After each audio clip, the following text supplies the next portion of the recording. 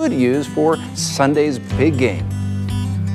All right, thank you, John. Yeah, Leslie is here today with a recipe for easy pull-apart pizza bread. And I have to ask, do you have a team in the Super Bowl this year? Do you like the Patriots or the Rams? I really don't, but I'm thinking the big game I'm going to be watching is the Puppy Bowl.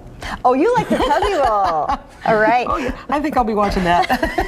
Well, there are some Nebraskans on both teams. There are. So there you go. Yes. But this is a fun recipe today, and this is a pull-apart pizza bread. So how do we make it? Absolutely simple. We take 2 cans of biscuits. Okay. And you can cut them up, and I would use the pizza cutter, just zip, zip, zip, lots faster than a knife. Oh, yeah. That works great for cutting them up. You cut them in quarters, and then you just start mixing.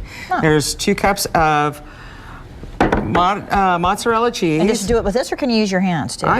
If I was at home, I'd use my hands. Yeah, but we're on TV. So. Yeah. There's some Parmesan cheese. Okay. You take about an 8-ounce package of pepperoni, and here, maybe we'll dump in the oil and get that kind of worked in there too. 1/3 of a cup of olive oil, and that'll help loosen it up. Okay. And then an 8-ounce package of pepperoni cut up. Okay. Dump that. Some Italian seasoning.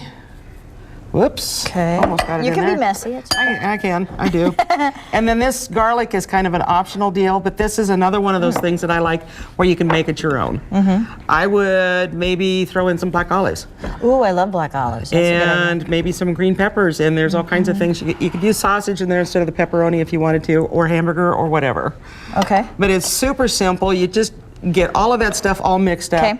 You can take a bundt pan, and I would probably spray it, but with the oil in there, you may not have to. You can also do this in a 9x13 pan. Oh. Dump that in, and then bake it in an oven 350 for about 30 minutes, but check it to make sure that it's done in the center.